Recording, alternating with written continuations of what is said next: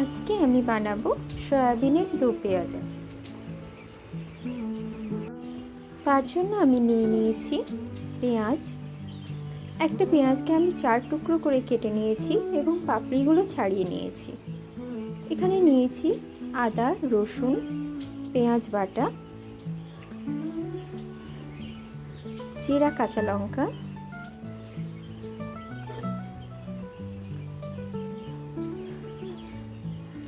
ধনে পাতা,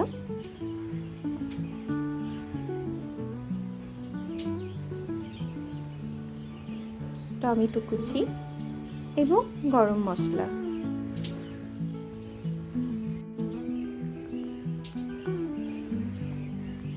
এবারে কড়াইয়ে জল দিয়ে আমি সয়াবিনগুলো সেদ্ধ করে নেব।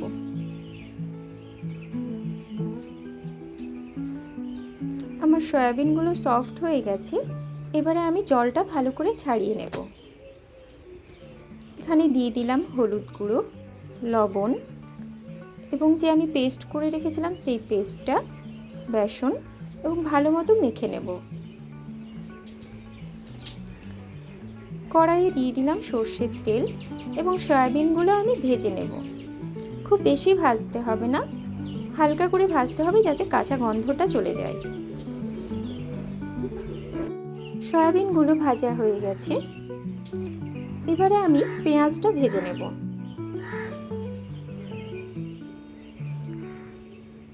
আমি পেঁয়াজগুলো ততক্ষণ ভাজবো যতক্ষণ না একটা গোল্ডেন ব্রাউন কালার আসে।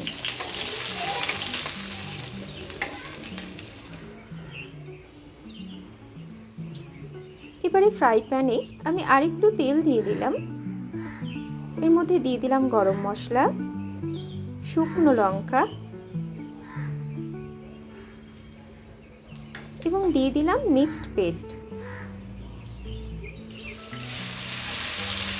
মশলাটা ভালো মতো কষিয়ে নিতে হবে এবং দিয়ে দিলাম লবণ, হলুদ গুঁড়ো, ভাজা মশলা, ধনে গুঁড়ো,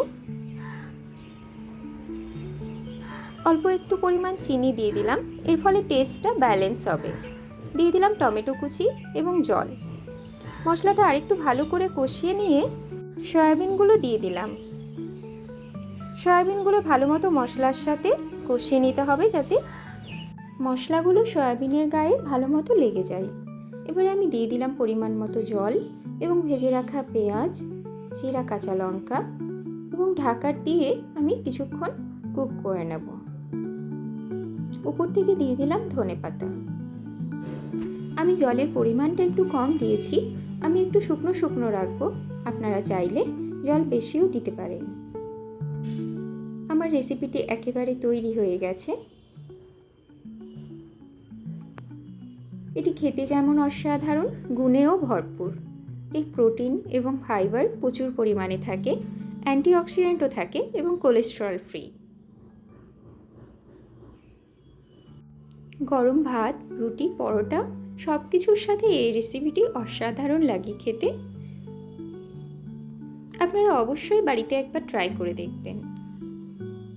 আমার আজকের রেসিপিটি আপনাদের ভালো লেগে থাকলে লাইক, কমেন্ট, শেয়ার এবং সাবস্ক্রাইব করে দেবেন। পাশে থাকা বেল আইকনটি প্রেস করে রাখবেন যাতে নতুন নতুন রেসিপিগুলো খুব সহজে আপনাদের কাছে পৌঁছে যায়। Thank you.